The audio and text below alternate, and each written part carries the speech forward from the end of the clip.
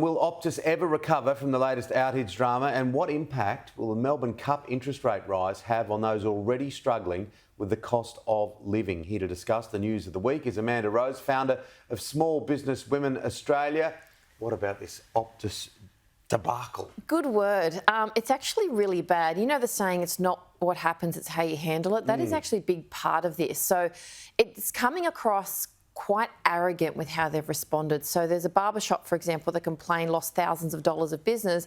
And it's like, well, I don't understand how cutting hair's got to do with connectivity. You can kind of do it yourself. So that disconnect between big business and small business, especially when big business are providing a tool or a service to that small business, is huge. And this is a classic case, and it's actually quite bad. Well, I think nearly every Australian has their own anecdotal story of what went down, right? Yep. My dad's 88 years of age. He lives in the house we all grew up in by himself. I spent most of the day with him that day, so most of the time that the outage was out.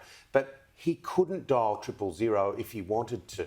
Now, that would be replicated all around the country. That's right. And when you think about it, how is it not set up? So in boards and things like that, you talk about risk and governance. How is it not set up that no matter what happens, you can always call 000? The fact that that has come to light, we now have to question everything that's out there, every piece of technology, every organisation, everything that we've done. Are we actually thinking about the safety of the people first? And what about the boss? Can the boss of Optus stay? Does she stay?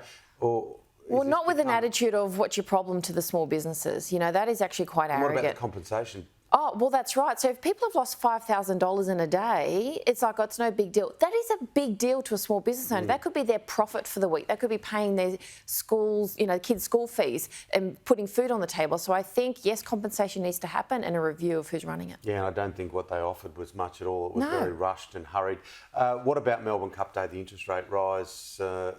This is just more pain for many. Well, I'm guessing a lot of people didn't gamble on Melbourne Cup Day, or they did because they're in panic mode trying to get money.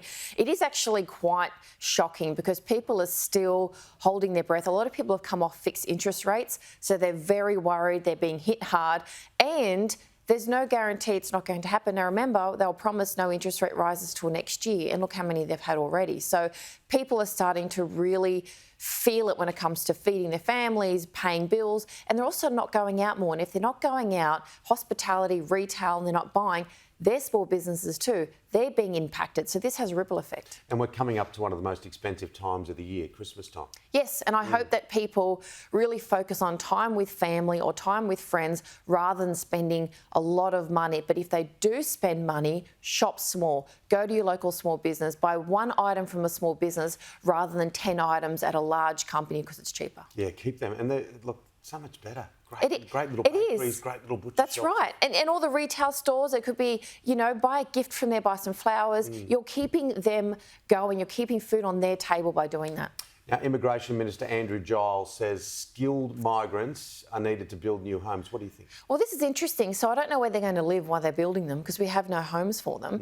But also, we need to look at the construction industry in general because 30% of all the businesses that went insolvent in the last quarter were construction companies. So I think we don't need necessarily to focus on the workers. We need to focus on the stability of the actual companies and why they're going under because we need to keep them going so they can employ the right people. We often talk about the housing market as buying and selling, but the real problem at the moment is the rental market. Are you seeing that with the people you're dealing with on a weekly basis? Yes. The struggle? Yes, and how ridiculous the prices are, and people just can't afford it. So, there are lineups down the street just for granny flats for people to live out the back of someone's house, and it is quite shocking. But they also need to make sure there's more stock for there to be rental markets. So I think this whole pause on building, which a lot of councils, a lot of organisations have just gone, hang on a minute, why aren't we building? Why aren't things being approved? We need to go to the actual problem. Where is the stock? Why aren't we building houses? And why hasn't happened over the past decade?